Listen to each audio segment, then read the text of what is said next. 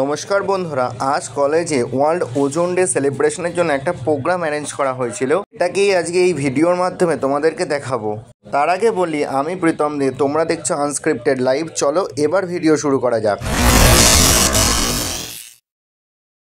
আজ 16ই সেপ্টেম্বর 2024 কলেজে world ozone day উপলক্ষে একটা সেলিব্রেশনের আয়োজন করা হয়েছিল। এখানে বেশ কিছু প্রোগ্রাম অ্যারেঞ্জ করা হয়েছিল, যেখানে রাস্তার ওপর বিভিন্ন পোস্টার টাঙিয়ে মানুষকে সচেতন করা হচ্ছিল ওয়ার্ল্ড ওজোন ডে সম্পর্কে, যেখানে বিভিন্ন স্ট্রিমের বিভিন্ন সেমিস্টারের ছেলেমেয়েরা অংশগ্রহণ করেছিল। এখানে পোস্টারগুলোর মাধ্যমে দেখানো হয়েছে কি করে মানুষের দৈনন্দিন কার্যকলাপের কারণে ওজোন স্তরের ক্ষতি হচ্ছে, আর আমরা কিভাবে সেই ওজোন স্তরটাকে বাঁচাতে পারবো সেগুলো এই পোস্টারের মাধ্যমে দেখানো হয়েছে। আমাদের কলেজের ওয়ার্ল্ড ওজোন ডে সম্পর্কে মানুষকে সচেতন করার জন্য এই যে পদ্ধতিটা, এটা খুবই সুন্দর। তার সাথে সাথে বেশ কিছু গাছও লাগানো হয়েছিল রাস্তার ধারে। রাস্তার মাঝখানে যে জায়গাগুলো, সেখানে বেশ কিছু গাছ লাগানো হয়েছিল, আর এগুলোতে বিভিন্ন স্ট্রিমের ছেলেমেয়েরা অংশগ্রহণ করেছিল। তারপর বেশ কিছু ফটোগ্রাফি করা হয়েছিল। এটা এনএসএস এর উদ্যোগে করা হয়েছিল, অর্থাৎ ন্যাশনাল সার্ভিস স্কিমের উদ্দেশ্যে, অর্থাৎ আমরা সমাজের জন্য কিছু করছি। তারপর আমরা আরেকটি অনুষ্ঠানে সমবেত হয়েছিলাম, যেখানে প্রতিটা সেমিস্টার থেকে কিছু কিছু স্টুডেন্টকে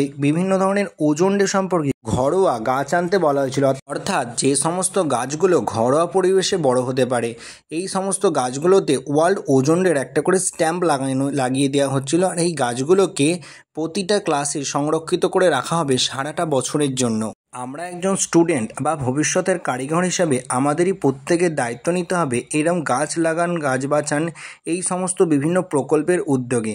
তার ফলে ওজোন স্তরের ক্ষতির হাত থেকে আমরা বাঁচতে পারবো।